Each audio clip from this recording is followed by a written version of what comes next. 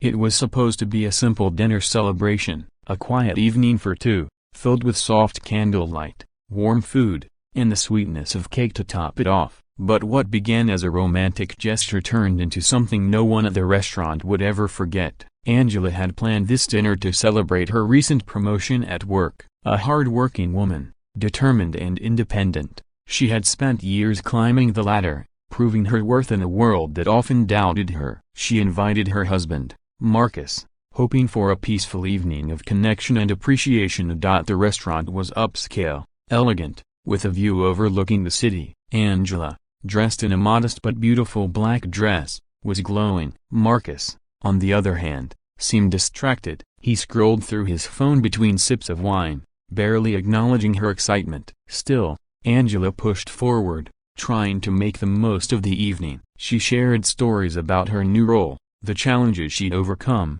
and her hopes for the future. But Marcus barely responded. His face grew tense as she spoke. Then, the check arrived. The waiter placed the folded leather booklet gently on the table and walked away. Angela reached for her purse without hesitation, ready to pay. But Marcus stopped her. "Wait," he said coldly. "Why are you paying? You think just because you got a little promotion, you're the boss now?" Angela looked up, stunned. "It's just dinner, Marcus. I wanted to treat us tonight." His voice rose, drawing attention from nearby tables. "You're embarrassing me, acting like you are better than me now."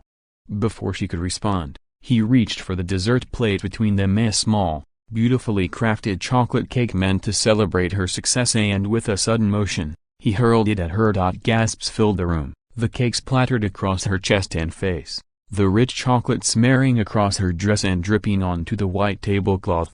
Angela sat frozen, humiliated, hurt but not broken. For a moment, the restaurant was silent. Then, slowly, she stood up, with dignity. She took a napkin and wiped the chocolate from her face. She looked around at the stunned faces staring at her, then turned her gaze back to Marcus, a calm, collected, and strangely composed.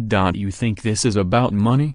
she said quietly. "You think this is about pride?" She paused, letting the words sink in. "No, Marcus, this is about respect, something you clearly lost a long time ago." The waiter returned, hesitant. "Mama, broken bar, would you like me to call someone?"